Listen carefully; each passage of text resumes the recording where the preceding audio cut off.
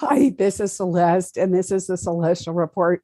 And finally, after a long, hard week, we actually are going to talk about something more enjoyable, and that's health and nutrition.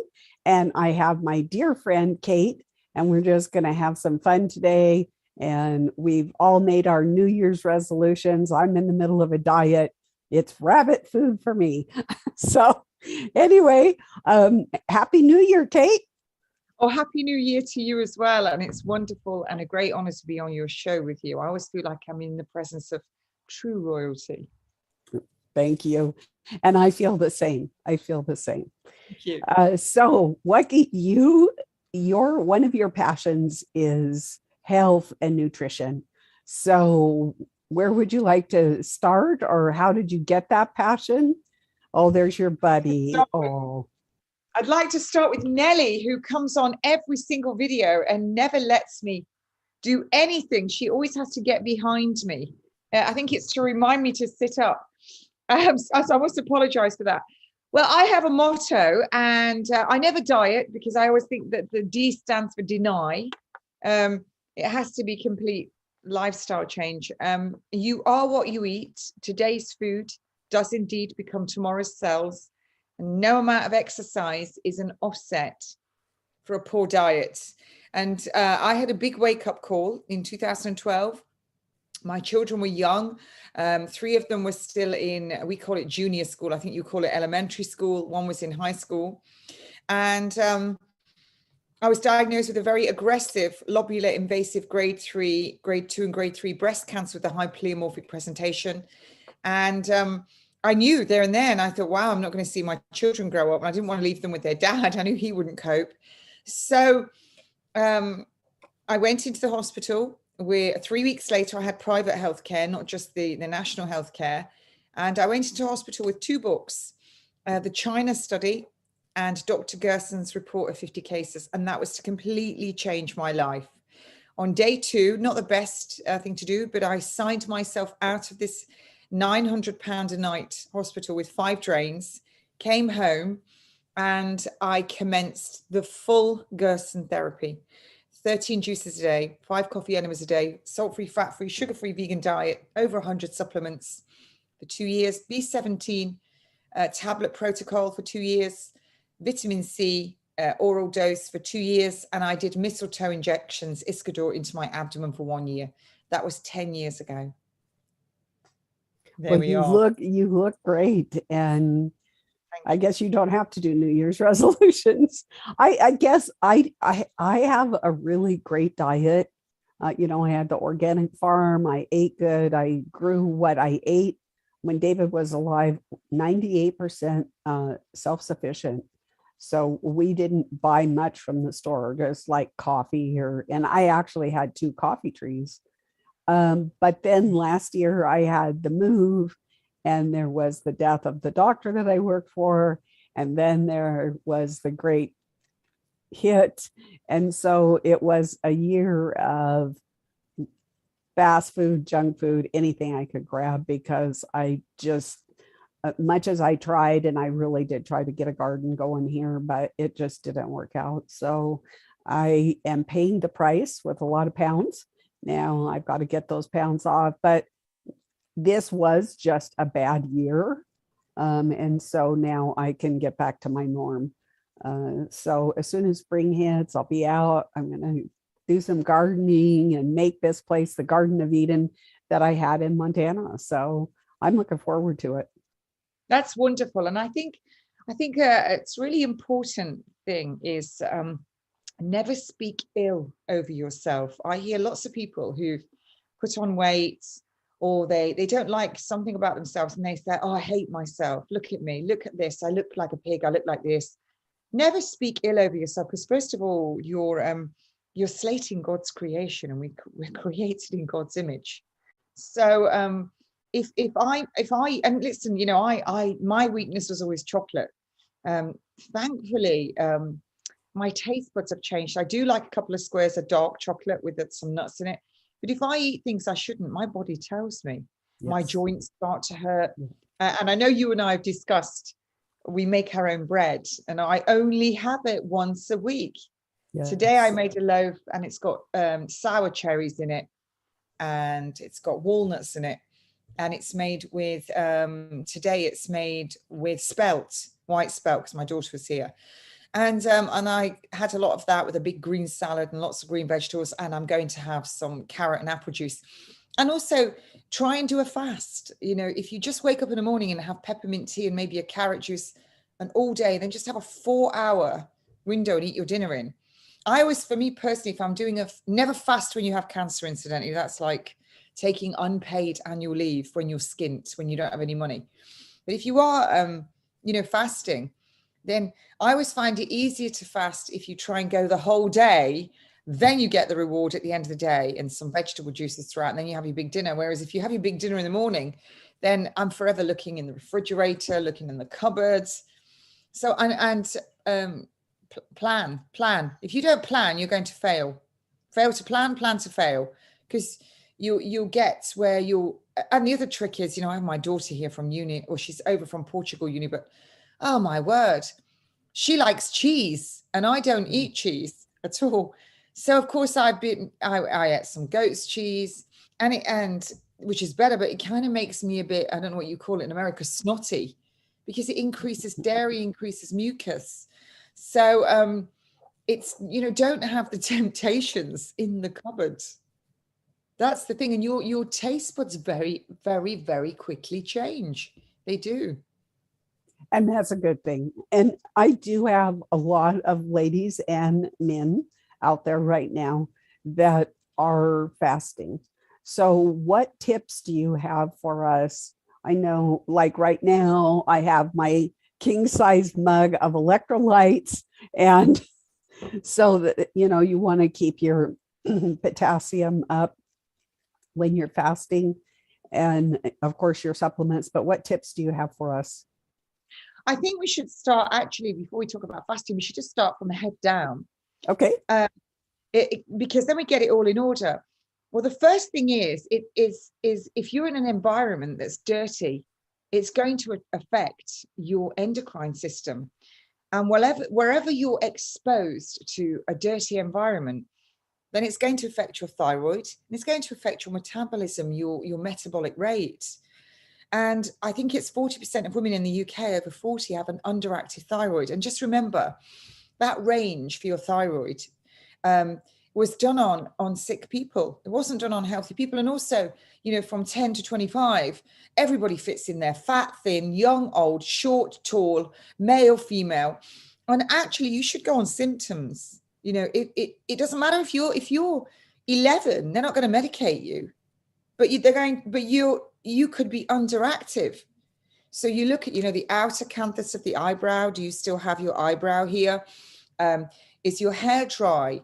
Do you have achy joints? Are you tired all the time? Are you cold all the time? Have you got weight that you just can't shift? Is your voice hoarse? Are you having very heavy menstrual cycles? Are you having problems, having intercourse with your partner? These are all things that should tell you. And also, when you have an underactive thyroid, your finger joints start to deviate, and it can affect your eyesight. So look at our environment first. What do we need? We need clean air, and we need clean water. What's going to affect our air? Everything that we put in our homes. So if it has an aroma, it's a synthetic estrogen, and it's going to hijack the binding agent that your thyroid needs, that estrogen levels that are high, that your thyroid needs to convert your cholesterol to pregnenolone, progesterone, and bile acids. And the progesterone, pregnenolone are your youth-giving hormones that keep everything supple and elastic. And your bile acids, you need that for your gallbladder, for your digesting of fats. And if you don't have a gallbladder that's clean, then you're going to have trouble converting your inactive T4 to your active T3. So clean air. Don't use anything toxic, and you'll save loads of money. All these plug-in air fresheners and all these things they're gonna push your thyroid down. You're gonna put on weight. The next thing is, clean water. Don't drink your fluoride. It's going to push your thyroid down. It's going to push all your iodine out. And ladies, if you have tender breasts, that's lack of iodine. And the the goiter in children is the same for boys and girls. The ratio is 1-to-1 until they hit puberty. And then 10 girls to every boy get goiter at puberty because the breasts compete for the iodine. And so they'll pull it and you see the goiter. So if you've got tender breasts, lumpy breasts, then it's lack of iodine. So you want to, think about, your thyroid and that new cast which is your bromine. So limit that. And that's going to also keep your metabolism up. Sleep. If you're not sleeping, if you're not going to sleep, you should be down with the owls, up with the larks. If you're not getting to bed by 10:30, 11, you're putting your body under a lot of stress, which is going to push up your adrenal glands, which secrete adrenaline and cortisol. It's going to push down your thyroid because it works like a seesaw. So get plenty of sleep. Don't have all of these things, these mod cons in your house, LED lights, these all affect it. They all affect all of it. So you've got your environment nice and clean. And then it's your choice of foods. If your priority, what is your priority? And when I had my 4 children, I had cancer. Obviously, we always put our children first. We starve, we eat all the junk, we eat the leftovers. I've eaten chewed biscuit when my kids were young. We've all done it, rather than like, where do we put it? So we eat it. If you don't make yourself a priority, you're not going to be around to look after anyone else. That's a really good one to get your head around. You need to be fit and healthy for everyone else because you're the driver of the ship. You get to choose the foods, you get to go and get them, you prepare them. So you need to put yourself absolutely first. And also, if you're buying foods that are non-organic, they're not nutrient dense. They're grown in potassium, phosphorus, and nitrogen. So they're big and colorful, but they're already void by the time they get to your table. So, and the pesticides and the fungicides, the herbicides, they're estrogen mimickers as well. So that's going to push that estrogen up, push down your thyroid. You see, it's all connected. And so nutrient dense, good organic food. And when I see people in the supermarkets, they've got their shopping trolleys full of garbage. And they've got all the latest designer sunglasses on, and they've got all the gear on, and they've got their nails done, and they've got a nice car outside, but they budget on their food. You're not going to be around to enjoy all those things if you don't make your food the priority with the roof over your head, really. So good, nutritious food. And then you become, I'm sure you will agree with this, Celeste, you become really stingy. I won't waste anything. As soon as anything fresh is starting to turn, I cook it, I freeze it. You use everything, absolutely everything. Save your seeds. Save your seeds. You'd be surprised at what you can grow. It's incredible. So that's the next thing, nutrient dense food. And the other thing I always laugh at is people go shopping once a week and they put all their produce in their refrigerator, and then they eat, the oldest first. So you're always eating old food. You're always eating it old when it's not full of living enzymes.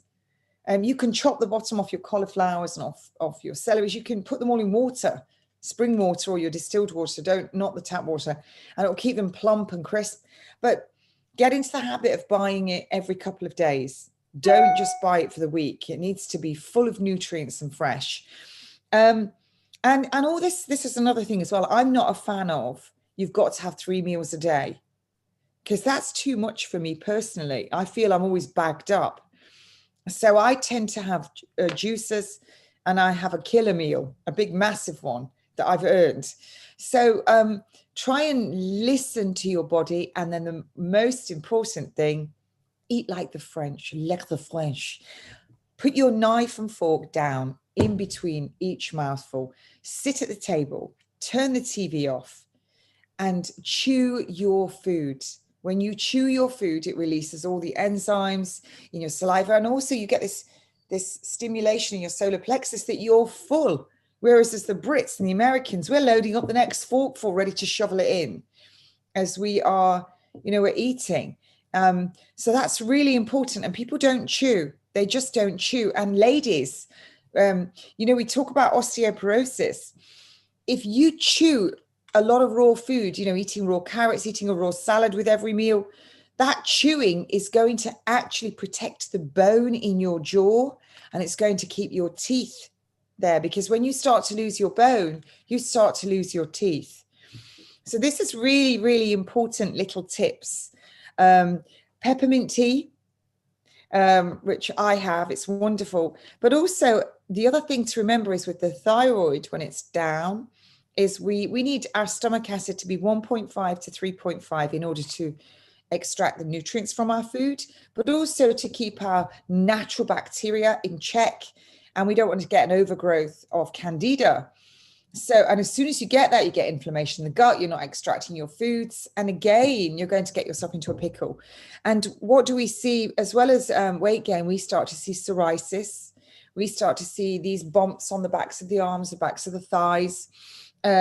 We start to see lots of physical symptoms, candida in the skin folds. When you see it on your skin, there's a fire going on inside. So you can either take, if you have any ulceration in the esophagus, then obviously speak to your general practitioner. And this is all advice. Please, if you do have any symptoms or any pre-existing condition, do always discuss this with your general practitioner, your medical practitioner. But that little valve needs to close with the right stomach acid, 1.5 to 3.5. If you don't have enough acid, it won't shut. You get reflux, you get the acid coming up, and you get that acid indigestion. What do they give you? They give you another antacid, which further compounds the problem. It's still open, you're not absorbing your nutrients, you're just not feeling it. So 20 mils, 15 to 20 mils apple cider vinegar raw with mother is better in a glass of water, 15 minutes before you have your dinner, or you can take 2 Acidol. So, you know, a lot of thyroid medications that people are on, you should be taking Acidol before you eat your food, so you get all those nutrients. And people also, they get stuck in this thing of, oh, I need to take supplements. I need to take supplements. The best way for you to get your nutrients is out of nutrient-dense, fresh, organic food, the way nature intended. Does it look like it came from a tree, from a bush, out the ground, or like it's just been killed? If it doesn't look like that, or it's in a tin or anything, unless you're doing your food stores for emergencies. But if you're not, and you've got your emergencies all stored ready, eat fresh. So supplements, 90% of supplements on the market are synthetic, and they are also bulked out with things that aren't so good for us. So do try and get your nutrients, and don't think too much about it. People start thinking about it, watching this program, that problem, this diet guru, that diet, and they get into a complete faff. And then they go, oh, I don't care. I'm just gonna have a pizza, because they are overwhelmed. So the rule of thumb is as many varieties of fresh fruits and vegetables that you can consume that are in season. Your potassium-rich food is your chicory, chard, green pepper, watercress, romaine lettuce, all the lettuce families. What else? Red cabbage. You can put all those in a juicer. That's a Gerson green juice. That's a potassium-rich juice. And remember, cells, sugar in the presence of oxygen, that's your natural sugars, generate energy. And all disease begins when you don't have energy being created at a cellular level. So this is what you're talking about, the potassium. When you're having salt on your food, what it does is that sodium chloride, it's going to push the potassium out of the cell, displace it out of the cell. Then you can no longer, you get a waterlogged edematous cell. You can't generate energy across it. So it starts to ferment, damages your DNA. There's your starting of cancer. So you can take a thing called a potassium compound. You could take, you get this little salts, all these potassium salts. I make up a liter, and I have 10 mils in a juice. I just put that in a day because that's part of the Gerson therapy. You have quite a lot on the Gerson therapy, but I just maintain that. If you really want something salty, so I have a question. Pardon? I have a question. So I know that we have a lot of questions in the community about Celtic sea salt and what's the other one? Pink Himalayan salt. The pink Himalayan salt. So you're just telling us that salt is not good. So what about these 2 types of salt? Well, these 2 types of salt in very small amounts are okay, but people Get used to that salty taste. I've seen them, they're doing this right across the food. And if you're eating during the day any processed food or any food, even in a restaurant, even if it's an organic restaurant, they've already salted it. So you're eating more. So for me personally, I don't take salt. I don't add salt to anything. I put celery in soups. I'm a big fan of soup. I eat lots of soup, chunky. Then I add rice to it and make risotto. Gosh, the Italians would cringe if they heard me say that I just add arborio rice to my soup and make a risotto. I'm like, yeah, that'll do. But I think as well, it's important to taste your foods. And if you're just having salt, that's all you will taste. So try and get used to them and be mindful of hidden salt. Even though it says organic on the packaging, you'll be surprised what's in it. These little callow vegetable stock cubes, they've got salt in them as well, even though it says low sodium. It's a very small amount, and it's in our foods naturally. So I, for one, don't really add it. I add celery. If I want something to taste salty, I add celery. That's exactly what I do. And that's very good, because that is it's hydrating, but it also helps you to flush out fluids and toxins. Celery is awesome that way. And then it gives flavor to anything. Yeah. And if you are, and remember toxicity as well. You know, all of these things are going to compound any weight loss. So how do we get rid of toxins? We breathe them out. That's why you shouldn't be wearing this subjugation tool, this mask that doesn't stop anything. It's just, it's satanic. It's from satanic worship. That's what it is. So if you're breathing into that, after 10 minutes, it's full of the bacteria that causes pneumonia, and then you're breathing it in your lungs. So breathing out is a way of getting rid of toxins. Sweating.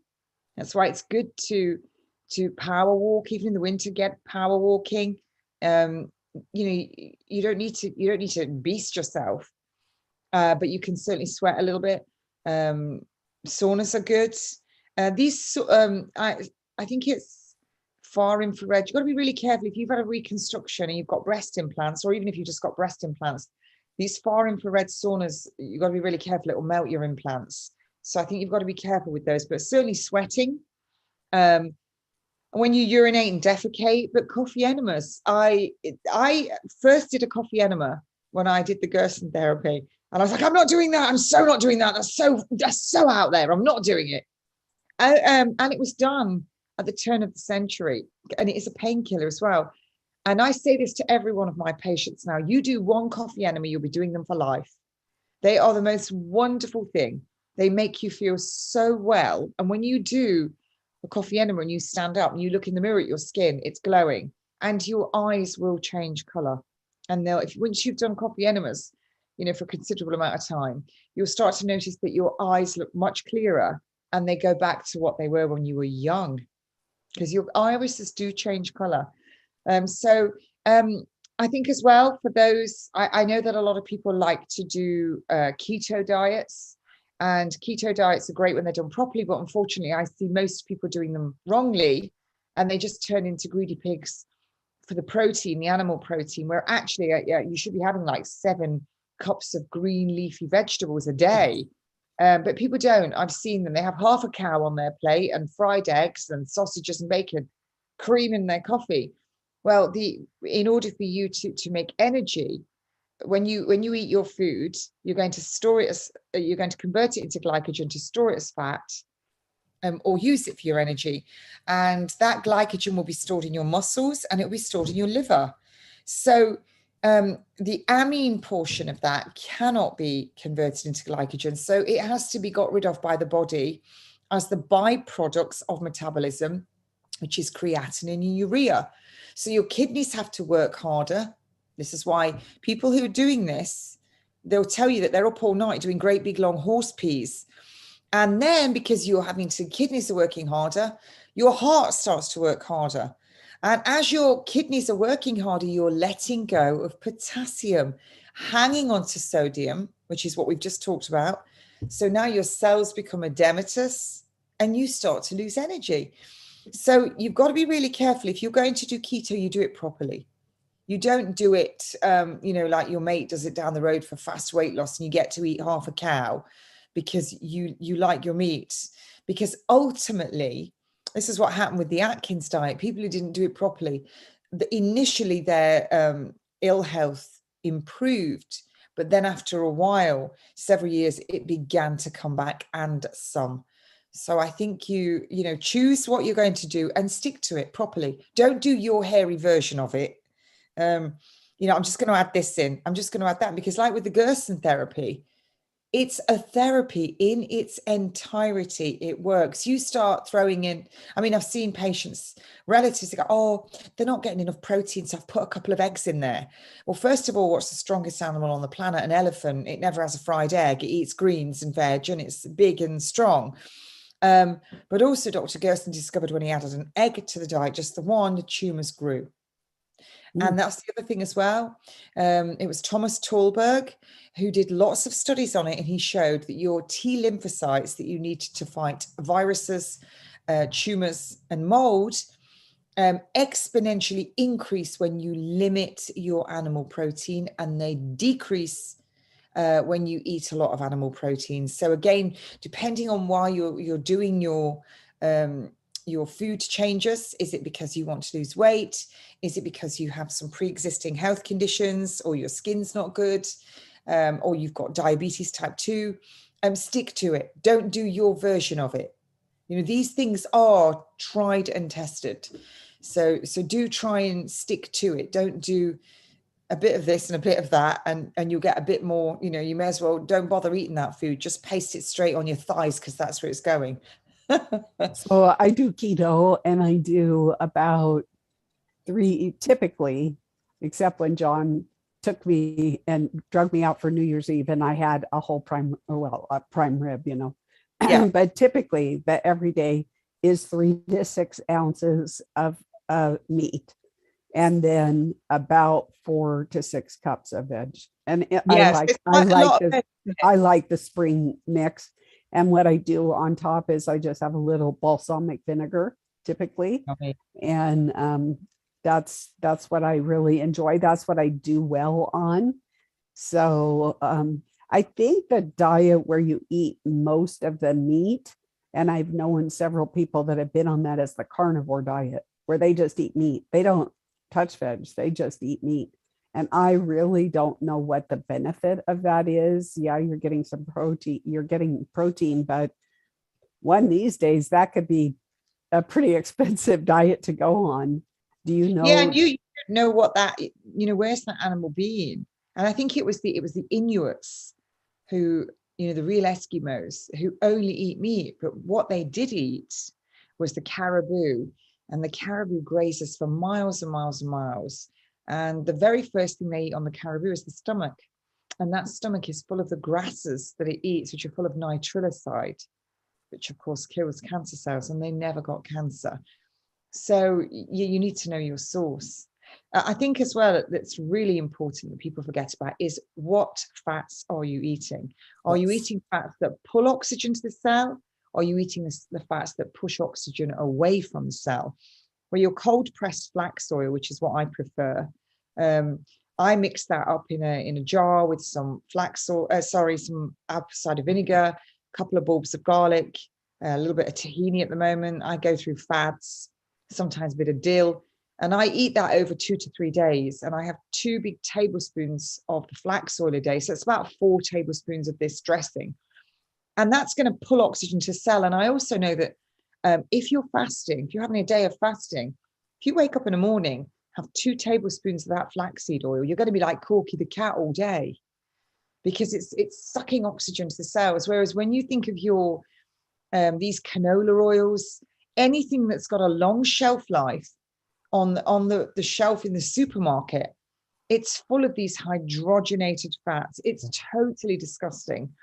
And also, if you're cooking something at a barbecue, that charring, that blackening, it's an acrylamide. It's a toxic plastic that you're making on your foods.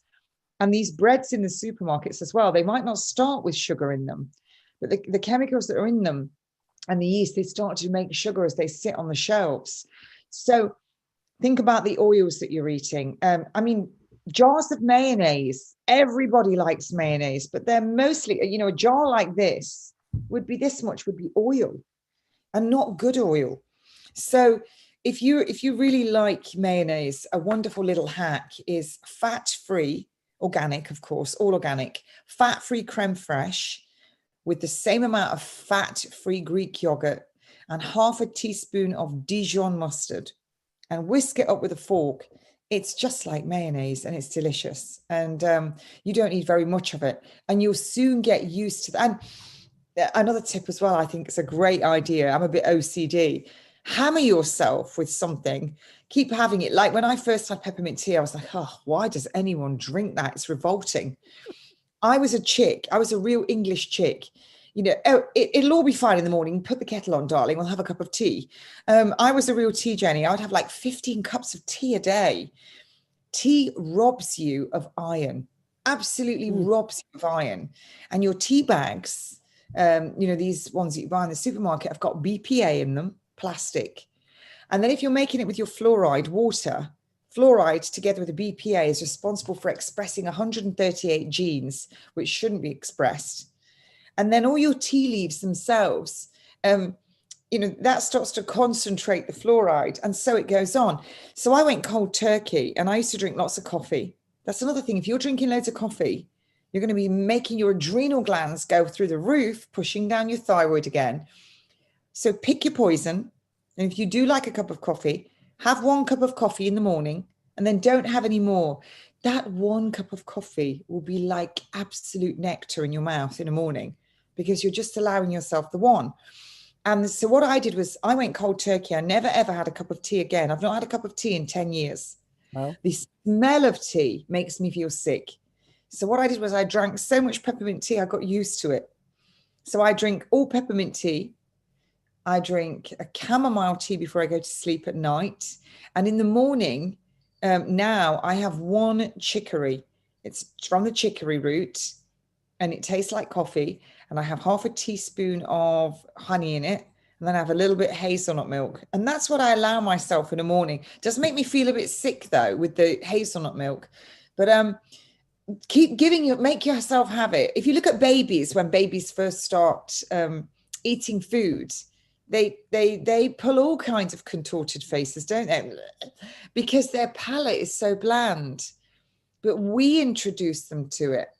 And, so when I see mothers shoveling in chocolate into their children's mouths, or these awful potato chips covered in all these tartrazine and chemicals, they're just getting their children used to it. So start getting yourself constantly hit your taste buds with something new and you'll get used to it. And then what will happen is you won't be able to eat the things that you used to eat.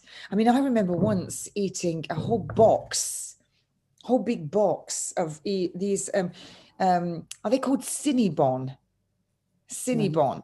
They're like a bon, a roly doughy thing with cinnamon. They're in America. And this icing and this cream. And even the smell of them, I used to eat so many of them when I went to the States. The smell of them actually makes me nauseous now.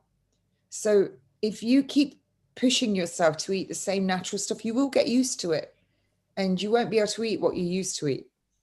And you have to be careful. Like, so when I got my hit and I contacted the doctor, he said, what I want you to do, this was the pathogen hit.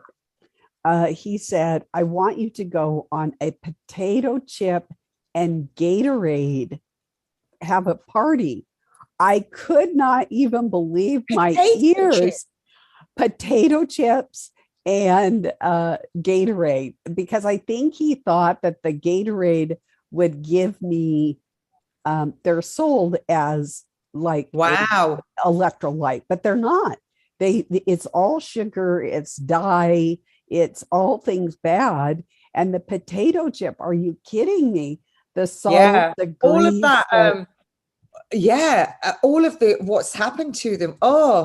And your doctors, I always say, would I go to a dentist with black teeth? No, I wouldn't. So when I see a doctor or a nurse sitting there really overweight and they're supposed to be health educators, outrageous. outrageous. You know, if you're not walking the walk, how can you talk the talk? You have to be your advocate. So too, it's the same as, I'm just looking here, people are typing questions. I will answer them. I'll answer them as I go along. Someone's just asked, actually, is tartar sauce a good hack? You've got to be careful with your tartar sauce. Remember what I've just said, what's in it. Everything in the shop, they put sugar in. They put sugar in these things. And it's a poison. Sugar is more addictive than crack cocaine. Never smoke a drug named after a piece of your backside. So I always say, but crack, it's more addictive than crack cocaine. So, you know, if you're going to make a tartar sauce, make your own. Yes. But get your potassium in your fruits and vegetables, especially your green leafy vegetables. Sugar, incidentally, sugar switches off your immunity for 4 hours. It switches it off. And you look at your skin when you've had a load of sugar or alcohol. I take a look at your skin the next morning. It literally, this is the window to what we look like inside. It really is. You do have to pick your poison. You know, I have a lovely friend in America. I'm just going to answer these here. So that's the one about the tartar sauce. And it says, what do you think about organic non-GMO tofu? Again, tofu, you've got to be careful. Is it fermented? Because soy is an estrogen mimicker. So if you go to Japan, they eat fermented soy. It's going to start, playing havoc with your thyroid. So it must be fermented. So don't eat too much of it unless it's fermented. And remember, the Japanese diet, and they don't even have a word for menopause in these Asian countries. There is no word. And incidentally, I menopaused. I'm 56 now. I menopaused when I was 48. I've never had a hot flush. I've never had any of the things. Just 1 month I had a cycle. The next month I didn't. It hasn't affected anything at all that I was like when I was 30, 25, actually. No difference whatsoever. You can work that out. But you are what you eat. So if you're going to be eating a lot of tofu, maybe you should think about adopting a diet that they eat in those countries. And you'll see that they eat a lot of green leafy vegetables. And the way they eat, it's fantastic. So you've got a lot of phytoestrogens in there. And remember, the progesterone, your little follicle that grows your egg, when that egg, it's a really delicate dance, your menstrual cycle. So you want to be doing everything to make sure you're not compounding it with all these synthetic estrogens. And any makeup you put on your face, wow, makeup and perfume, they get away with putting so many toxins in it. Unbelievable. Incidentally, at the moment, I'm trialing magnesium oil and DMSO. 99%. You've got to make sure your face is really clean. I put it on at night. I do an Irish jig around the bathroom because it's tingling a bit with the magnesium oil. And I've been doing that for nearly 2 weeks. Definitely makes a difference. So all your expensive creams and potions, your skin renews itself from the inside. It has lots of levels. The top layers, the stratum corneum, they're dead cells that you need to shed. You don't want to be plastering them down with all these creams that are toxic. The best thing for your skin is to have a liter of carrot and apple juice, organic, unpeeled carrots every day. Just juice it, put it, if you're diabetic, take the apple out, just have the carrots, put it in a metal flask, take the lid off your metal flask and store it in your freezer overnight. Don't put the lid on because then you can't get it off. But get the metal flask out nice and cold, put your juice in it straight away, head out the door and drink it over 2 to 3 hours. Your skin will be vibrant. Your immunity will go up because it's full of vitamin A, vitamin B, vitamin C. Vitamin A is your immunity vitamin. Beta carotene, antioxidants. Your eyesight will improve. It does improve when you're long-sighted. You can improve your eyesight with getting lots of vitamin A down you. So yeah, this delicate balance of your hormones, this egg pops out, this secretes progesterone until that egg's fertilized. If it's not and it doesn't embed in the side of the uterine wall, this will shrivel, and then that cycle begins all again. But if that egg is fertilized, that little follicle is going to stay up secreting progesterone, until the placenta is formed. So, you need to be mindful of this very, very delicate balance. That's another thing which leads me on to, which will also affect your body, your body weight, how it works, is birth control. I did it. I took the pill for years. Then I got migraines. I couldn't take it anymore. I had the morning after pill. The morning after pill, the pill are, they're just going to mess up with all your endocrine system. This Depo-Provera injection, same thing. These little rods that you put under your arm.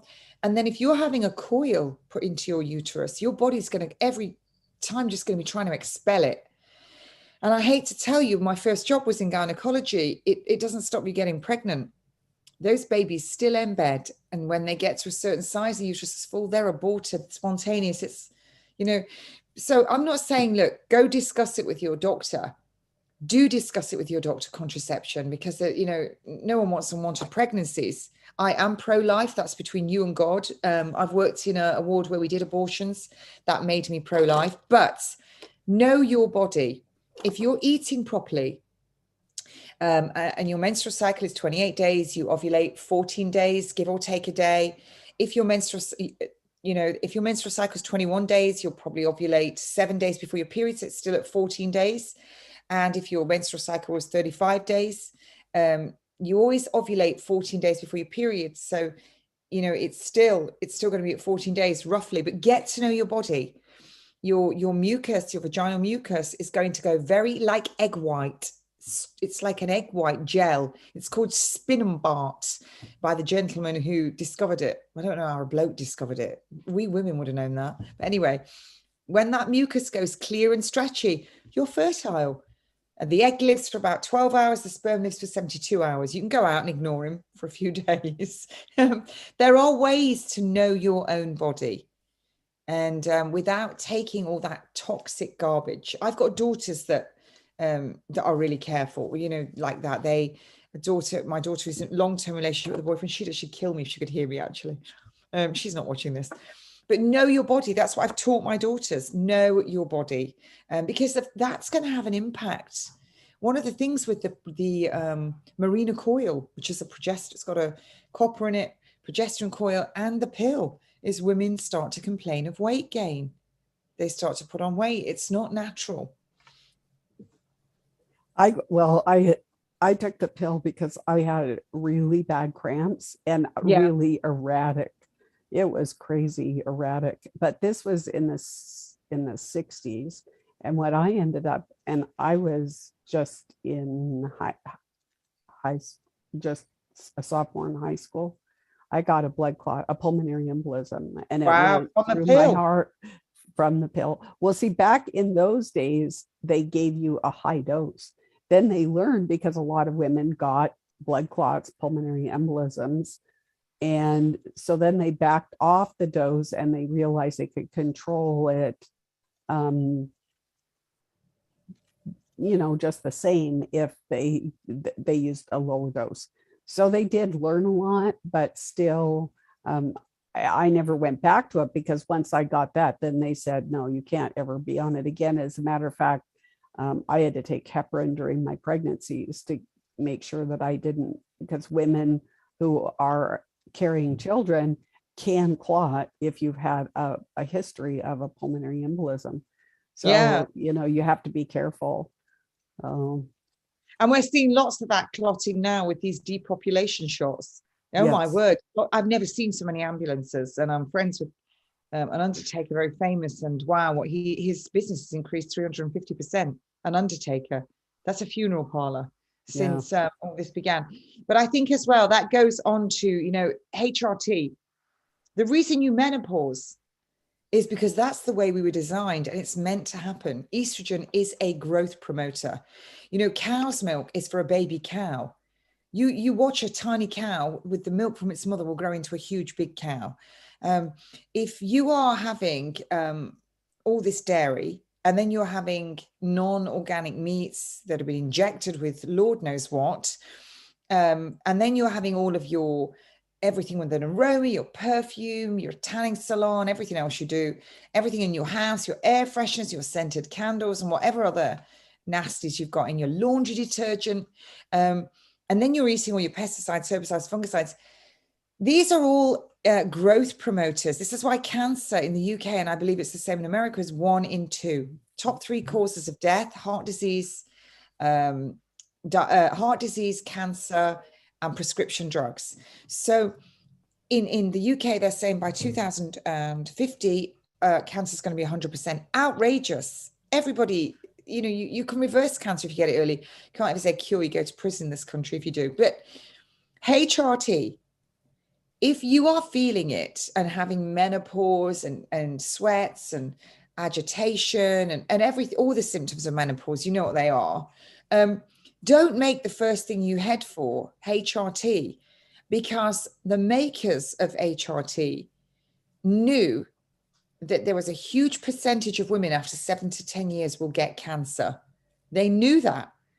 But what they did was they rolled it out. And when the lawsuits came in, they settled them all out of court, gag clauses to keep them quiet.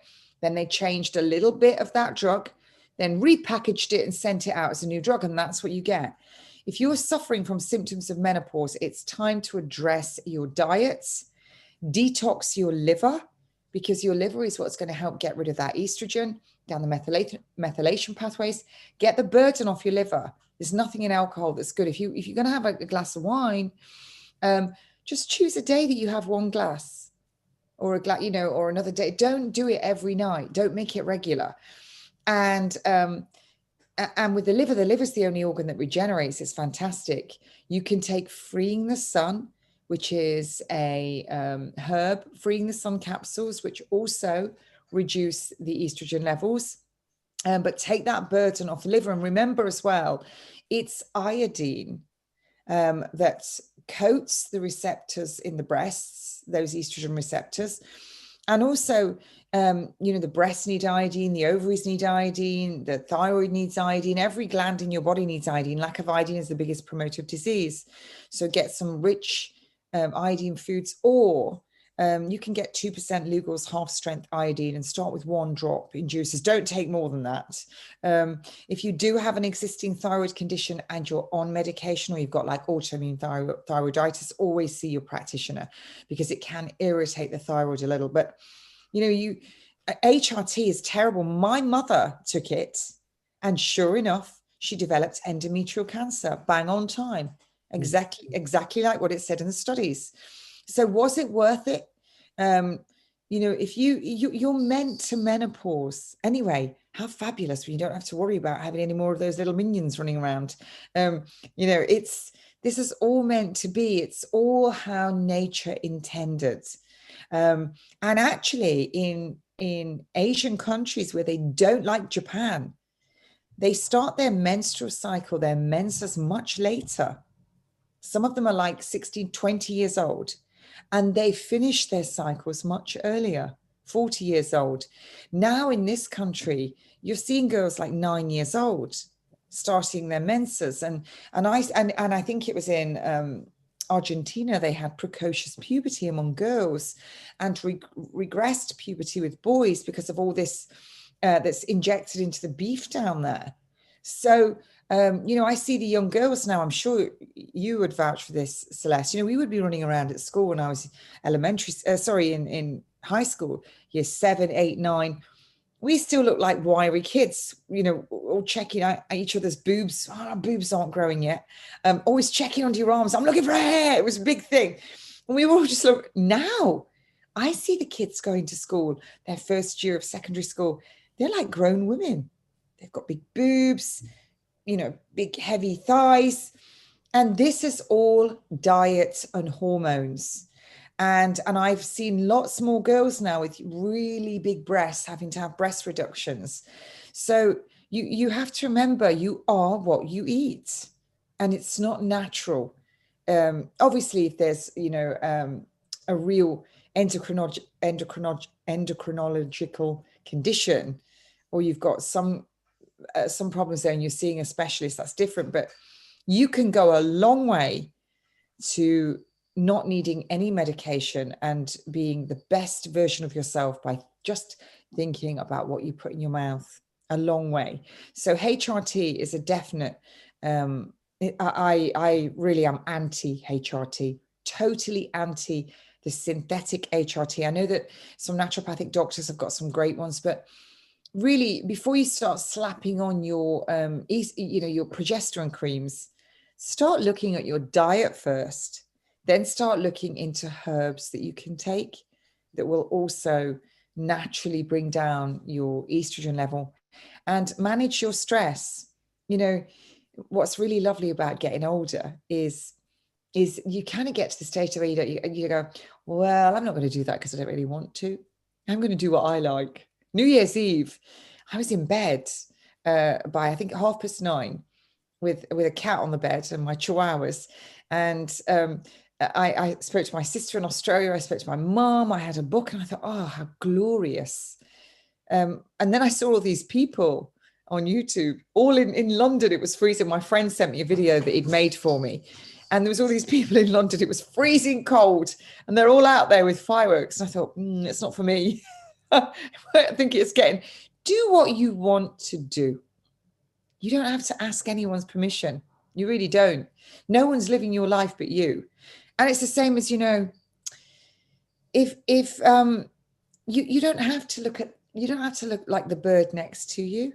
You don't have to look like these guys that are on the TV with all buffed, shaved chests, fake tan, big muscles. It's actually not natural. If you look at the videos, from the 60s, everyone was lean. They just look like normal men and women. You don't have to look like caricatures, because it's very difficult to maintain that look. And you're not in competition with anyone else. In the end, the race is only with yourself. So don't measure yourself next to someone else. Just be the best version that you can be.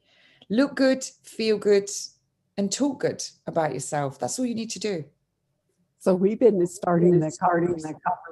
Oops, I'm echoing. So we've been starting the conversation about aging, the golden years. So what kind of tips, as many of us are struggling with hair that's gray and now it's frizzing. I mean, for me now, it looks like I put my finger in a light socket. And this just recently happened, like within the last few months. I mean, I was salt and pepper, but now it's actually starting to turn gray. And then there's just other things that come with the golden years that are supposed to be so wonderful. And they really are, because like you said, we can go at a relaxed pace. We have the freedom and the experience to say, no, I'm not going to do that. Or yes, I'm still adventuresome. I want to do it. But there just are some things that we have to deal with. And quite frankly, our parents were kind of mum on the topic of getting older. They did not really share about what they were going through. So, I mean, when they did share, like when we were younger, when we were entering puberty, as we're married and raising children, they were free with the advice. But as far as getting older, they don't say. So what can you share with us? First of all, getting old is wonderful. It's something that less and less people get to. It's a privilege. It's wonderful. And in all old times and in a lot of cultures, the old people are the absolute epicenter of the family. They're the ones that we can learn from. So embrace it. If you're getting old, say, hey, I made it. I got aggressive cancer at 46. And in 3 studies, it said 20% survival at 2 years, 0 at 5 years. So for me to get to 56, I embrace it. I hope I get to 66, 76. I don't care. So, getting old is a luxury. I've seen, and not everybody gets old. Babies are miscarried, babies die in birth, neonates die, children die, teenagers die. I've seen it. They die of natural things. They just have a brain hemorrhage or they get killed in accidents. So embrace it. Love it. Love the skin you're in. Your skin does change. So what? Choose your clothes wisely. Look, I've got some dark roots going on here. I don't have any gray hair yet. My mom was the same. So if you want to dye your hair, choose your dye wisely, because it's really toxic. Your scalp has got a very rich blood supply to it, fast turnover of cells.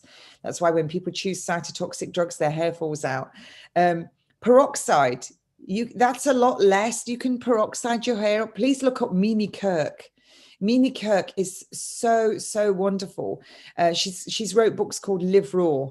She's stunning. And she puts a little bit of peroxide on her hair. That's what's on mine. It's just high lift tint peroxide with foils so that it doesn't touch my scalp. You know, you can, again, you know, choose your toxins. I've got a lovely friend, Juliet. She's called Pure Girl in a Toxic World, and I'm Natural Nurse in a Toxic World. She's great at looking at, do check her out, Pure Girl in a Toxic World. You should maybe get her on, Celeste. She is... Okay. She had ovarian cancer and she did chemo, did everything, but she has just changed her entire life. She's stunning. She chooses her poisons. You know, somebody pulled her up because she has Botox twice a year. That's up to her. But look, you know, her entire botulinum toxin, Clostridium, is the most deadly toxin known to man, but they use such a tiny amount in aesthetics, but they've also used it for years before that in spinal patients, for patients for the muscle in the bladder, all kinds of things, you know, cerebral palsy, strokes. But she has her entire lifestyle clean and her diet clean. So it's about, you know, choosing your poison. And if you're old, you know, she likes to have her nails done, because your nails change as you get older, which they do, don't they? And you know, everyone laughs at my hands. We call them my man spades because I've got big hands, and they're not the best looking hands, but you know. So she's really good at she found this, I think it's Kiss glue, that was much less toxic, and she has the old fashioned way with the wrap, where they wrap a silk around the nail. And then she gets it all buffed, because these other nails are really toxic, all these chemicals, and it absorbs in. So it's about choosing, you know, what you want to use. So with age, again, you're going to age much more beautifully if you feed and nourish your body. We are not meant to be dying at the age we die at. And when they tell us that you're living older, they're lying, because if you go around graveyards, which I went through a whole spell of doing it all over the place, Iceland, everywhere, I went looking at graveyards. And there's people in those graveyards born in the 1700s and the 1800s that lived till over 100, and late 90s. When vaccines started to come in, now you start to see them die younger. Now you look at the ones born in the 60s, they're dying in the 40s. They're dying in their 40s. So, you know, we should live, it tells us in the Bible 120 thereabouts now, but also there was a study done in the 60s, and they looked at, on the end of the DNA, these little things called telomeres. And every time the cell divides, a little piece snaps off, and that's a true indication of your aging. And this lady, I think it was a lady, might have been a man, she did this study, and if you know, you protect yourself, we should all live till we're 120. But what had the most effect on these telomeres, and this was fascinating, it wasn't our diet and our what we drink, it was our emotions. And remember, all the emotions that are low, 0.2 to 2, are anger, fear, jealousy, resentment, and all the joy, love, contentedness, they all resonate at 180 to 220. There's a PhD study done on that. So, you know, if you want to get older and fill yourself with joyful things, if it makes you feel good, do it. If it makes you feel wretched, eliminate it. That includes, you know, if you have loved ones, relatives that are forever in discourse and fighting, limit your time with them. Choose your arena. Make it a neutral battleground. You know, I always laugh when Christmas time and New Year and Thanksgiving is when the divorces go through the roof and families all fall out, because you spend several days with these people that might irritate the life out of you. But, you know, once you're in that Zen mode of love, and people don't bother you as much, and it's proven that you live longer if you are in a loving, stable relationship. So I'm not a women's libber. I'm really not. And all this about we can have it all as women, that's simply not true. No, that was a lie. That was packaged Yeah. up in the 60s that you can have it all. And that really wasn't the truth. Yeah. And look what happened. The Yeah. children suffered, the families suffered, the elderly suffered, because you're meant to be in this big family and you'll take care of one another. So I think eat well, sleep lots, drink good food, drink good fluids, get some juices, take some selenium, some zinc, some CoQ10, the heart protective enzyme, take some pancreatic enzymes, some acidol, some vitamin D3 with K2, and get out in the midday sun. That's the best thing. Get out in the midday sun when the shadow is short and the sun is directly overhead. And get those rays. Every single cell in your body has a vitamin D receptor. It's actually a hormone that's going to make the fluid in your mitochondria, which is also the nutrition for your immune cells. But you know that the cholesterol is converted in your skin, it goes through your liver, makes that vitamin D3. No one cares what you look like. If you're out there and you're in your 70s, who cares? They only look at you for a few minutes. Then they start looking at the next person on the beach. I've done it. I'm a real voyeur. I was sitting, I'll look at everyone that comes to the beach. I go, she's a bit fat. He's a bit thin. He's got a pot belly. Gosh, she's got a big backside. But you know what? It's only several seconds and I'm on to the next one, looking at them, looking at them, looking at them. No one cares. Get your bikini on. Who cares? You've earned it. So when I was in emergency management and we had a booth at the fair, and we decided to do this really interesting experiment. So one of the ladies, we moulaged, which means, for exercises, we would make people up to have wounds and stuff. And so that we could practice how to, well, it's moulage. When you actually make them up. So we had this big gouge in this lady's leg and we put her outside one of the barns at the fair. And, she's like going like this and we've got blood dripping down her. Only a third of the people, and this is 25 years ago, only a third of the people would stop and say, ma'am, are you all right? Wow. Most people would turn, look the other way. We're here at the fair. We're supposed to be having fun. And they actually would walk by a lady with blood going down, with a wound. It was people something else. They don't like to intervene, do they? It's interesting. Some of your questions here. So do you eat eggs? Well, I didn't eat eggs when I had cancer because I was doing the Gerson therapy, but I do eat a few eggs once a year now. And yesterday I actually had all 3 eggs because they were left. They were going to go out of date. I had them on a salad.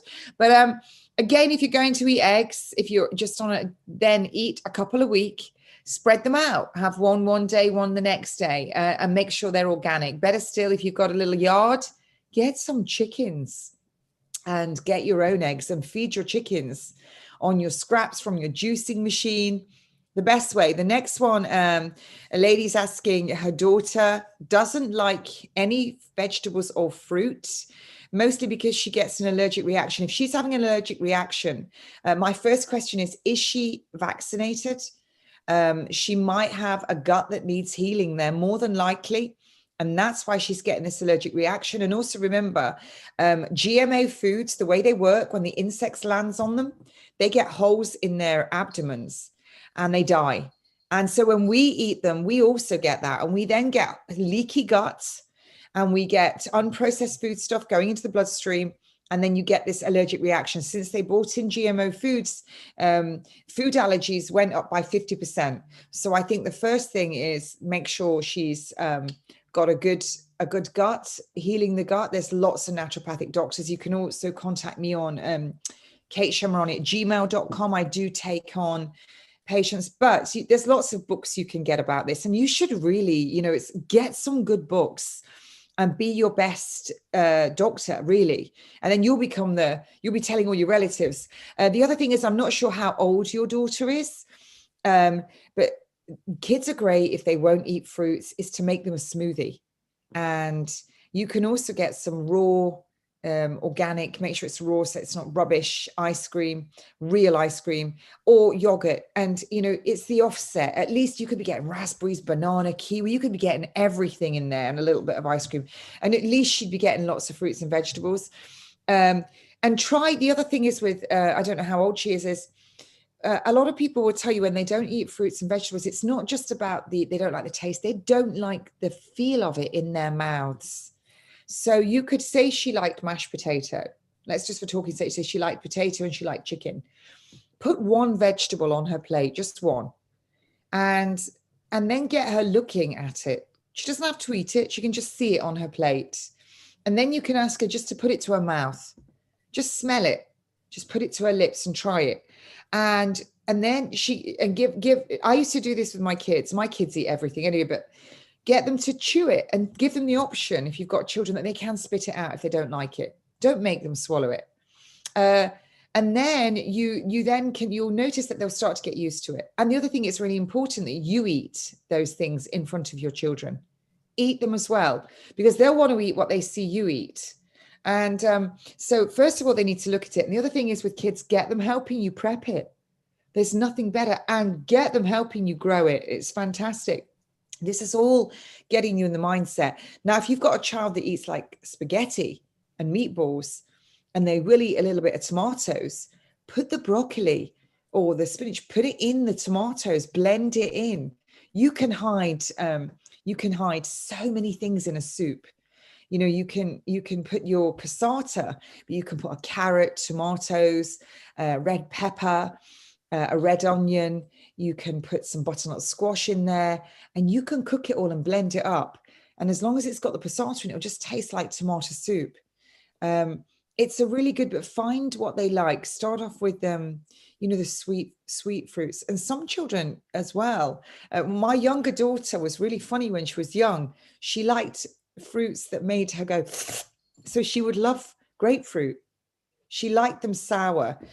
So I'm not sure how old your daughter is, but remember that your vitamins and minerals are best in their natural form. And if you think about vitamin C, in nature, vitamin C comes as a compound, and it comes with copper, which is for your elastin and collagen, your ascorbic acid, the vitamin C, the vitamin J, which is for lung health, it's really good, and vitamin P, which is all your bioflavonoids. So if you're only taking vitamin C, you're not getting all of the other things it comes with.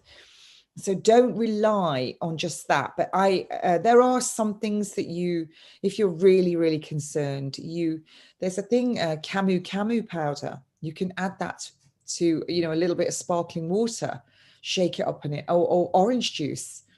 And that's going to increase her vitamin C. So, get creative, but don't do too many tastes at once. That's my answer to that one. Zeolite. Yes.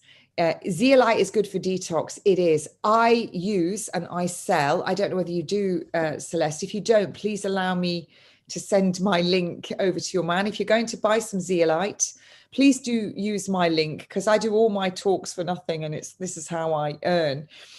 The zeolite spray is, you spray it to the roof of your mouth. It's good for clearing toxins from the brain, and the drops.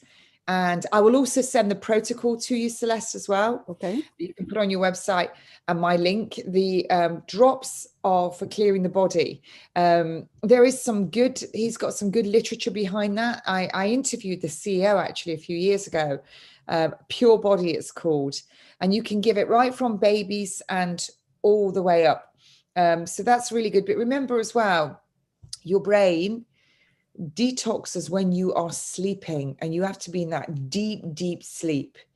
And we have our lymphatic system for our body, and our brain is the glymphatic system, and it can only do that when you're in that deep sleep. That's why when you have a really late night and an early start, you feel that horrible foggy headache. And let me tell you, there's nothing better than making you feel 100% better within 15 minutes than a coffee enema.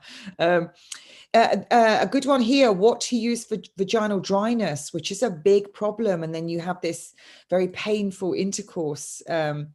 You can use cold pressed organic coconut oil. It's natural, antibacterial, antifungal. But I guarantee you, if you get your diet right, these things will start to subside. I've had a lot of patients who suffer from vaginal dryness. So again, Jan, sorry, won't say a surname. Please do contact me, kateshemirani@gmail.com, and I'll put you on a wonderful program, and you can keep doing that. And we put some herbs in there as well, and we get some great results. But get some cold pressed organic coconut oil, and it smells nice as well. Keep it in the bathroom. Don't mix the one that you cook with. Do I eat potatoes? I love potatoes. I'm British. The Irish were kept alive on potatoes. Potatoes have loads of vitamins and minerals, and they're full of vitamin C. Potatoes were a big part of the Gerson therapy. You can eat sweet potatoes as well. I tend to bake mine or boil them. I don't fry them. If I do like potato fries, chips, but I only have them, the ones that you cook. They're a rare treat from the chip shop because they make me feel so ill. I'm a Brit. We have fish and chip shops. But you can chop a potato up into chip sizes, put it in your oven and cook them on 170 for an hour and a half, and they'll make chips. And then make the mayonnaise I told you. But I love potatoes. There's nothing better than potatoes that are just baked in the oven, even little ones. And you just squash them with the back of a fork. Drizzle a little bit of flax oil, a little bit of apple cider vinegar over them. Oh, my mouth's watering actually. Can I get you a recipe? Yeah. So, okay. So your chips, as you call them. So I put mine in the oven too, and I drizzle olive oil over it. And Yummy. I put powdered rosemary on it and a little bit of cayenne powder. And it is, and then you just put them in the oven until they're tender. Yummy. It is very good. Very good. Delicious. It's really, I'm just working out how to, someone saying spell my surname. I just did. I don't know whether that's come through yet. It's Shemirani.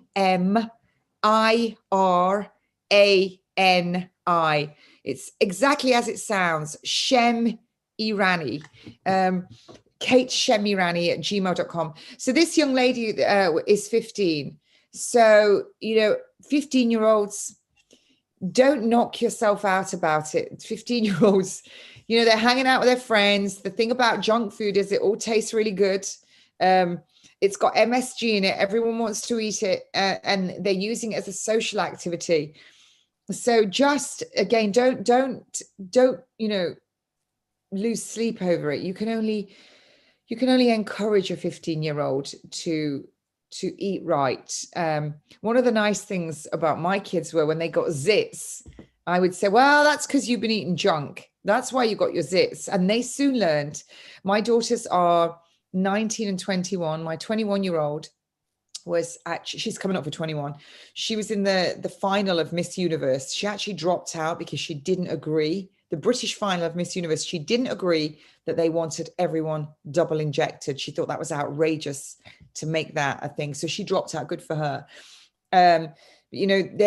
She's at Cambridge. So she's, when they say it's not, it's objectifying women. I don't believe in all that, whatever. And they had all kinds in that competition now. It's not like it used to be. But I think you've got to, at that age, at 15, you can just guide her, and they'll do what they want to do. Don't break your relationship over the fact that she's not going to eat too many fruits and veggies at this age. Because I remember as a kid, my mum used to put Brussels sprouts on our dinner, and we used to I love them now. I love them. I eat them raw. I eat piles of them. And, when everyone stops, what's that saying? When the audience leaves the auditorium, the show stops. Don't make a show. Just go, well, whatever. If you don't want to eat that, that's fine. But if she's 15, get her having smoothies. It's a great way to get fruits in. Strawberries, raspberries, blueberries, a little bit of fat-free organic yogurt, a banana, a kiwi, and make her a big smoothie. And she can even, drink that on her way to school, but do it like that. And then you're getting in, and it's quick. It's quick to do it. So it's the best way to do it, and start sneaking stuff. You can make a pizza base. Actually, my daughter does it with crushed almonds and cauliflower. She whizzes cauliflower up into the blender, and then she puts crushed almonds in a little bit of water, and she makes a pizza base because she struggles eating a lot of grains. So you can do it that way. Oh, there we are. I found the send button. So what about 90% dark chocolate, Lind? Yeah, 90% dark chocolates. It's good if your thing is to have a square of dark chocolate, that's the way to do it. Just have one. In the UK, all of our chocolates, I won't say the name, but it begins with C, and it's got berries, BURYS on the end, but it's not even classed as chocolate outside of the UK because it doesn't have enough cocoa in it. It's rubbish. It's just fat. And sweet, and it's sugar. And once you start to train your palate, I was a real chocoholic before I had cancer. I used to eat one Christmas, all my 4 children, I put their advent calendar chocolate in every day. And I used to tell them the fairy did it with the lies we tell. And I used to keep the chocolate in the cupboard. I ate all 25 days of their advent calendar chocolate, all 4 children in one night. I just binged on it all, and then had to go to the supermarket at about midnight and go and get more. I was a real chocoholic. Now I'm not. The things that I used to eat then, I don't want to eat them. They're too sweet. They make me really thirsty. They coat your teeth, and they give you pimples. I mean, when they call them teenage pimples, I've eaten things I shouldn't, and I've got a big zit, and I think, what? So your skin will tell you when I see, is it Dr. Pimple Popper? You know, if you can't sleep, there's a thing to watch. Dr. Pimple Popper. I see these people with this skin and these huge boils, and this is diet, people. This is your diet. It's your toxins coming out. So, you know, if you want to have bad skin and bad hair and bad nails, eat some junk on a regular basis and you'll get it. Absolutely. Oh, and we've got to say about exercise, Celeste. Yes, we got to talk about exercise, except that right now it's like -52 outside. -52. That's ridiculous. Below zero. It's cold. I mean, even in my office with my little fire going, I am freezing my rear off. Where are you, Celeste? Whereabouts are you? I'm in North Dakota. Wow. I'm going to tell you what the temperature is here, and I'm in southern England, east coast. Right now it is 41 degrees. Oh, I like it. Cold. When it went up above zero last week or the beginning of this week, I told my friend, I'm not a bathing suit person, but I'm almost ready to put one on. But it only lasted one day and then it was over. Then now we're back into the plunge. And they said to watch out for -60 tonight. Wow. That's the coldest that I've ever been. So yeah, so people feed the birds. Yeah. Put some food out for those stray animals. All my cats, apart from one, I had 12 at one stage, were all strays. They all just came through the cat flap. Actually, I often come downstairs and there's cats in here I don't recognize. So exercise. Where, you know, these people that do Ironman challenges and long distance running have a really high incidence of cancer, because when you beast your body, you're going to get lots of oxidative stress. And unless you're eating lots of antioxidants, that's where your vitamin C is. You know, if you try and think of it like this, a load of cars are driving along and the wheel falls off. That car's now a free radical because it's got a wheel fell off it. The chassis is dragging on the floor and it's getting oxidative stress. Along comes your vitamin C truck. It fixes the paintwork, puts the wheel on the car. That's your antioxidant. So that's the way to think about it. You don't need to be beasting yourself. You can get out every single day and go for a walk, 20 minutes. I go out actually a good 2 hours every day with my chihuahuas, and I power walk it. I carry one of them half the way and put him down, but just enough to get a bit out of breath. I really like it because as you get older and you start to menopause, your skin does change, and also you start to lose a bit of muscle tone. And you know, find something you like doing. I look at all these people at the gym. There's a gym that I drive past with a glass front. They're sitting on a bike pedaling, and I think, why don't they get a bike and get out? Why don't they walk? Yeah. It's free. It's just free to get out there. But for me, and I know you're the same, Celeste, I love dancing. And absolutely, and we've got a little thing in common. We like belly dancing. Yep. Belly dancing and flamenco. And I was taking my Christmas tree down a few nights ago. It took me the best part of 2-3 hours because I put on a CD with all these Egyptian belly dancing tracks on, and I put it on, and I was taking some stuff down. Then I stopped and I did a quick, and then I did it, and more. I was sweating, so I took the Christmas tree down and got a workout. So, you know, do what you love to do. Don't see exercise as a chore. It shouldn't be. You know, when you go up the stairs, run up the stairs. And also, if you get a little rebounder, I have some ladies, and I had one lady who told me she had a lymphoedema in her leg in the supermarket. I told her to get one of these, changed her diet. She'd been going to a clinic for, I think it was 2 years. And within several days, it was better. And within a couple of weeks, her lymphoedema was gone.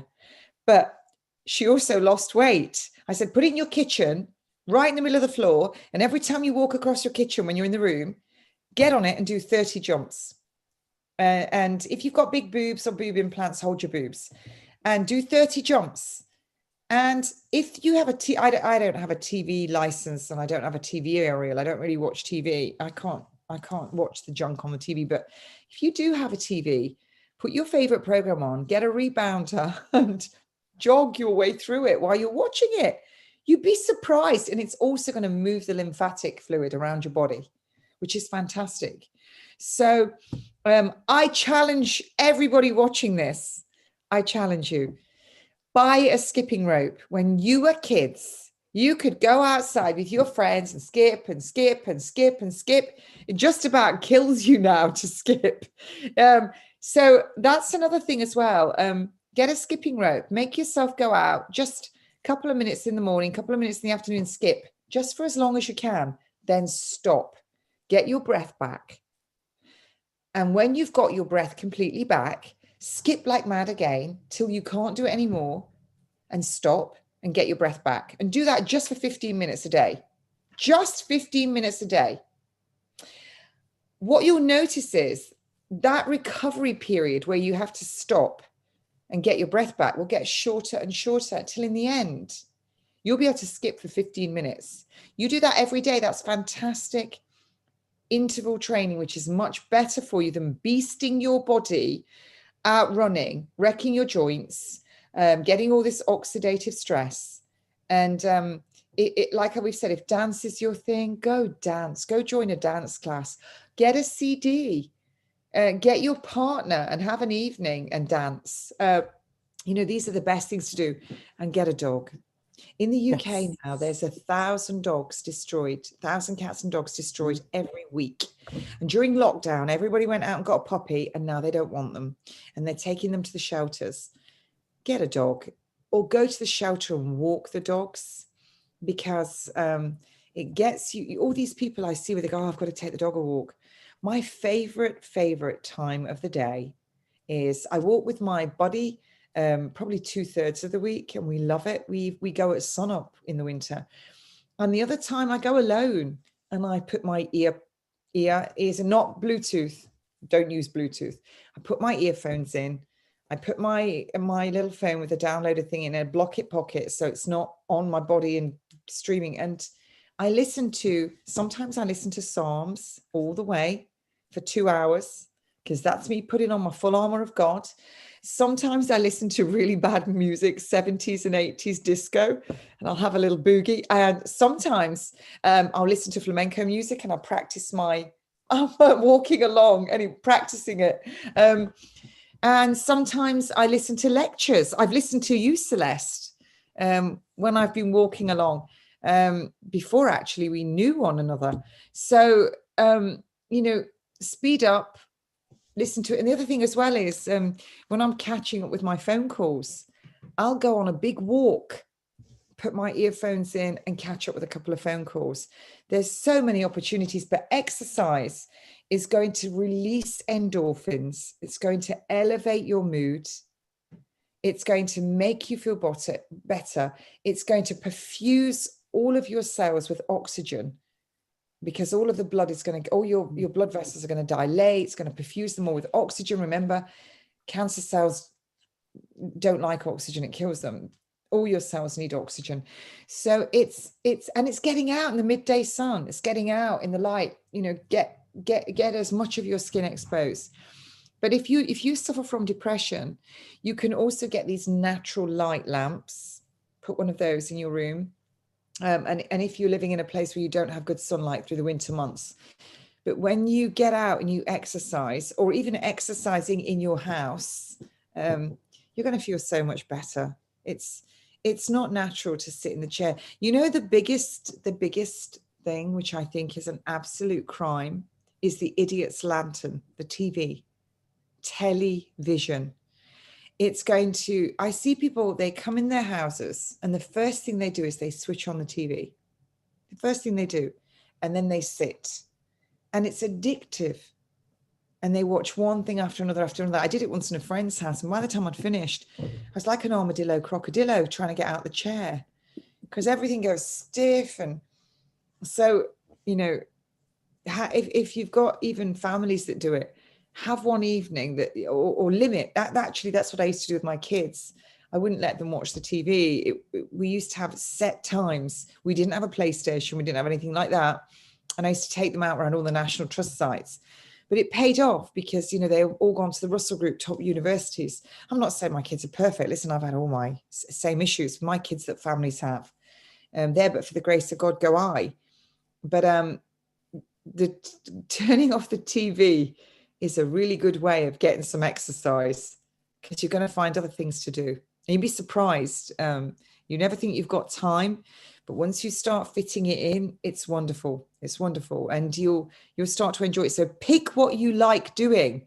Going to the gym. And remember, as we get older, we need to do a little bit of resistance work. That doesn't mean killing yourself. I personally like weights. I like that weights will sculpt the body, but I don't want to look like a bloke. That's just my thing. But a little bit of resistance, but that might just be carrying your shopping bags instead of, carry them, put a backpack on, walk to the shop. And instead of going twice a week, go 4 times a week, put it in a backpack and carry it home. You'd be surprised at how good you're going to feel. You really will.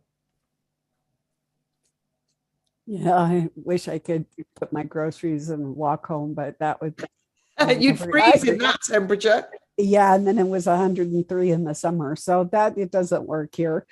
No, but you can do it. For you, oh, yeah, you definitely. There's and if it's 103, there's you can even fill a paddling pool with water.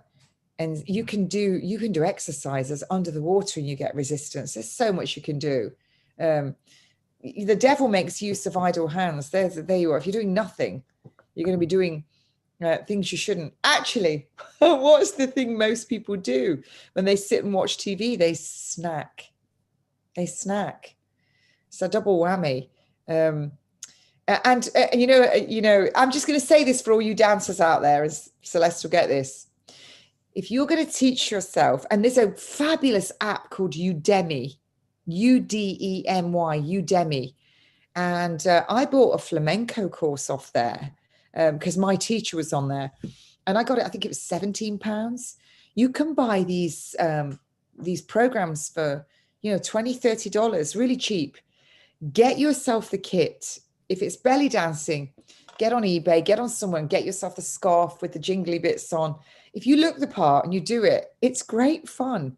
Get a couple of your friends round. Have a set night where you all learn it. It's hysterical. You don't have to be the best dancer. You just have to be. Just do it. You should see me when I do flamenco. I'm great till the music speeds up and then I develop an extra leg. And and I see these kids doing it and they're so good. But you don't need to be. listen, this is true. All of the gyms now, they know that January through March is the time when they get everybody to sign up for 3 months of these 6 months memberships.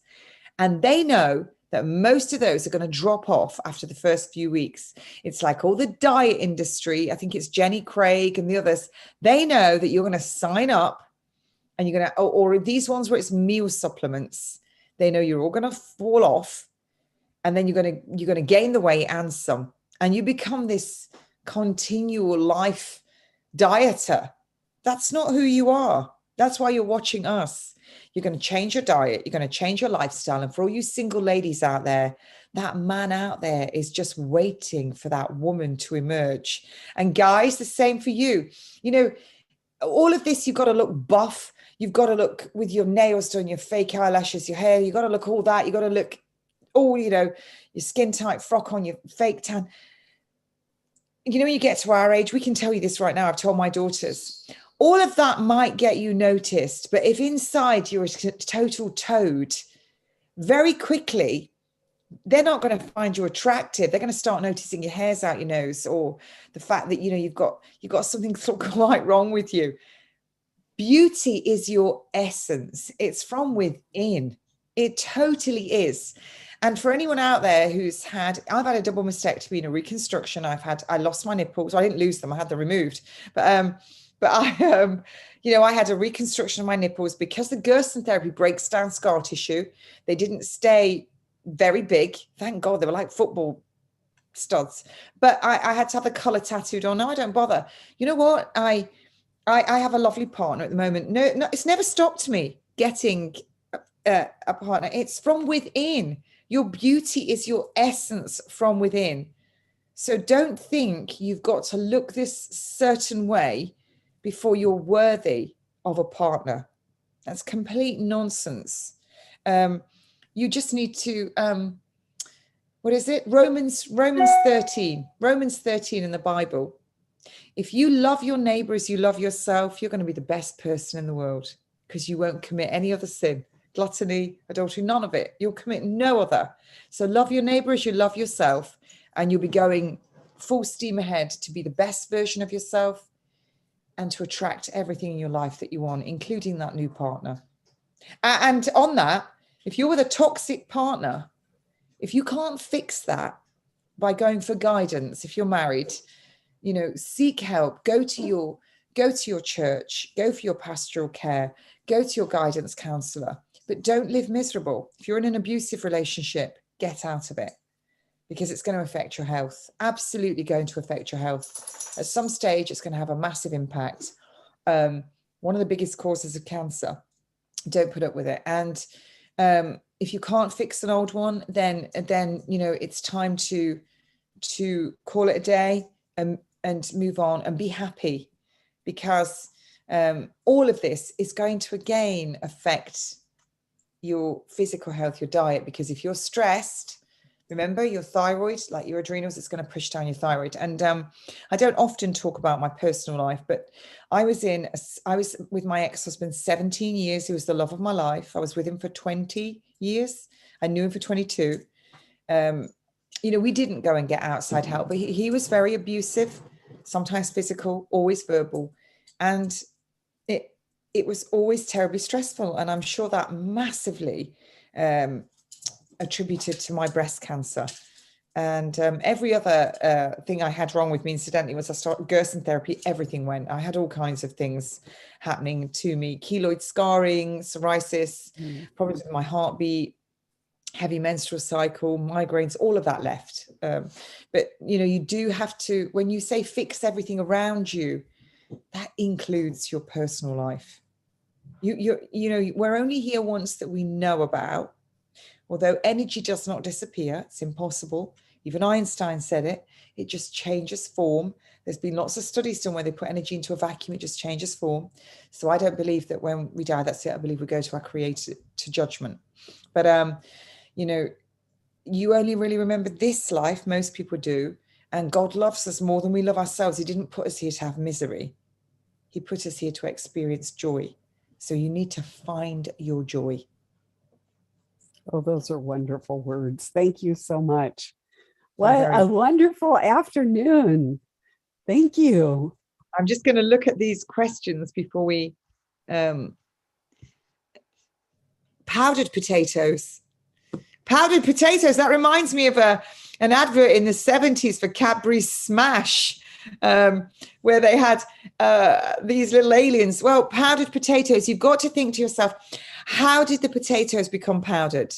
If you have a dehydrator, that's different. If you're dehydrating organic foods, but how did your potatoes become powdered? What's added to it? Why would you want to have them powdered and not fresh? Potatoes are really easy to grow. Celeste will tell you that. They're one of the easiest things to grow. And you look at your potatoes, you put them out in the sunlight, they'll get eyes growing everywhere. And each one of those eyes you can plant, chop it and plant it. Can you talk more about how you lighten your hair? This is just high lift tint peroxide done with foils. So the foils, so it's not touching my scalp. And we use a high lift tint, not too high, otherwise your hair will come out like chewing gum. So it needs doing. My hairdresser's wonderful. She uses, some high lift, and then the next foil she'll use peroxide. And when I go out in the sun, it goes much lighter. It's not dark. I hear people going, oh, she's not natural. Naturalness in a toxic world means looking for the natural alternative for synthetic drugs. I try and do that. So, getting out in the midday sun when I'm young, in the summer, when I was younger, my hair was really white. This is a dirty ash blonde. And if you took away my blonde at the end, it wouldn't look so dark. But there's, I like myself. I don't, that's why it doesn't bother me what anyone says about my appearance. I don't care, because you're actually criticizing God when you criticize your parents. Don't do it. Love yourself. Do you know if a Brita water filter removes fluoride? No, it doesn't. You need to get yourself a distiller. Remember, a distiller relies on electricity. So a Berkey water filter, I have a Berkey, but I don't use it. It's in case the electricity goes off. And also you can have a zero water jug, which I bought for my kids for uni, or a zero water cup, which I sometimes take if I'm going away for the day. The filters in the zero are quite expensive long-term if you live in an area where the water's really heavily fluoridated. So a distiller takes everything out. People think you've got to add something to a distiller. No, you don't have to at all. Distillers are great. And the distillers are, I think, about 62 pence a day to keep running it, but it will heat the room in the winter as well. It heats the entire room, but again, it is electricity. So unfortunately, no, a Brita is no good. There are some great sites in the UK for the distillers. H2O is one of them. Try and use all of the companies as opposed to Amazon, because once they've got the monopoly on everything, you'll start to see them censor what we can buy. So do try and get one. And again, I think they're about £165 for a distiller with a jug, which is, it's expensive. But if you get a jar and you keep putting a few pounds in it every day, you'll be surprised how quickly you'll save the money. And if it's your birthday or Christmas, say to your family, please don't buy me gifts. Just put me a £5 in an envelope. I'm saving up for a distiller. And then you can all have some clean tea with it. Because when you've had distilled water, it doesn't smell of fluoride. You'll notice the difference straight away. And I give that to my pets as well. I don't let my pets have tap water. So until you can afford that, Highland spring water is really good.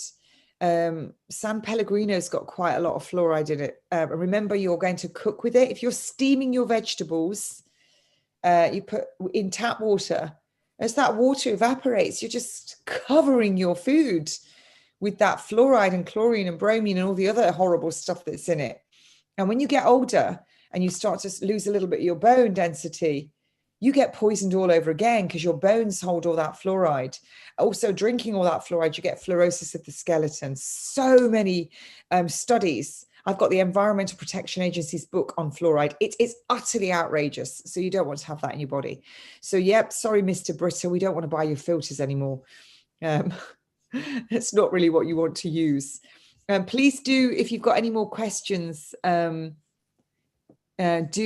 get them in now before we finish, and any others you can any health concerns, please do email me. Just to say, my makeup is Tropic.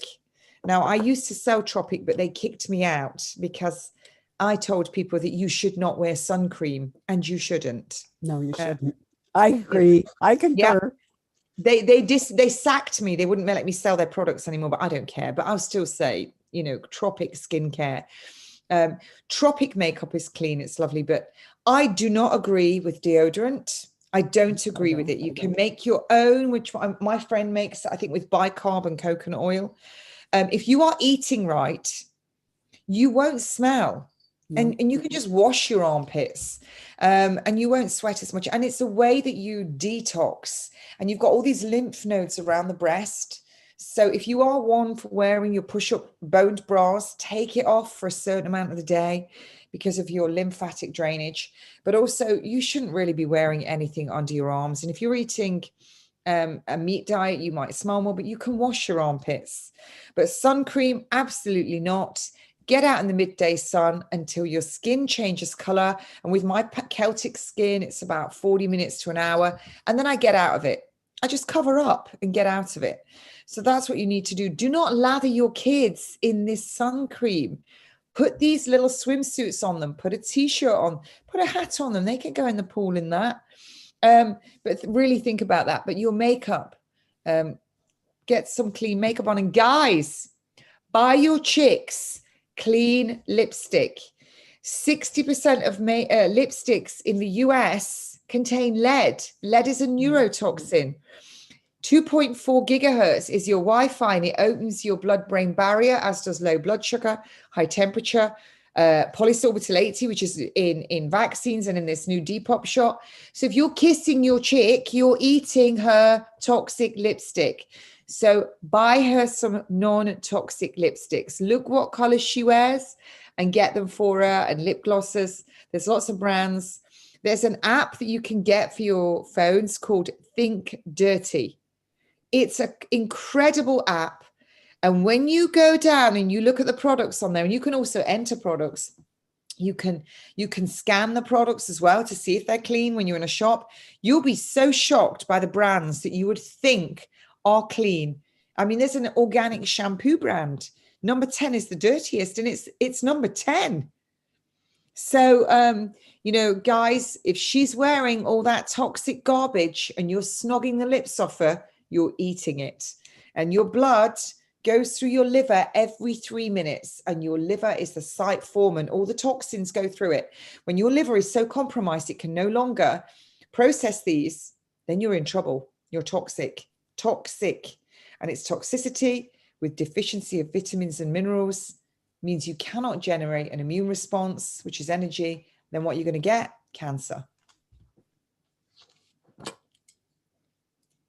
Well, we better end on a happier note than that. Yeah. And a happier note is we're here. We're in 2022.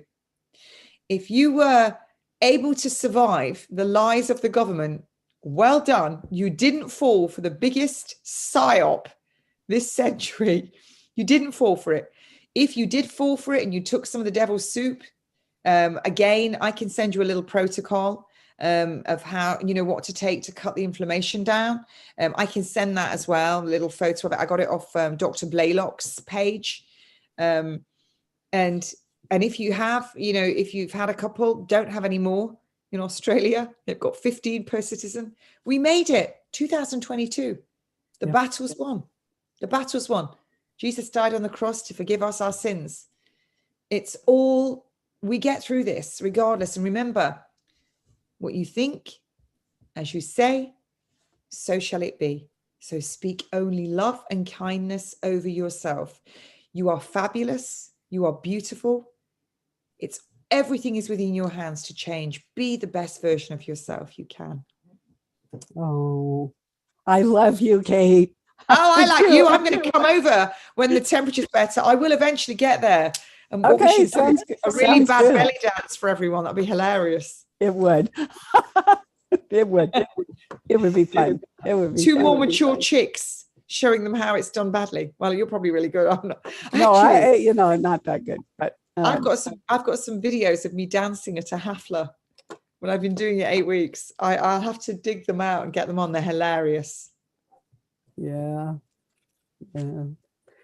Okay, well, God bless everybody. This is the Celestial Report, where we were talking nutrition and dancing and exercise and things that will harm our health and things that will make it exponentially better. And that's what we want in 2022 is health, abundance, love, and joy. So best wishes to you for a happy new year, and all the love from America to you, Kate. Be well, be safe. And we'll see you the next time, okay? Thank you so much. And thank you for everyone who joined us.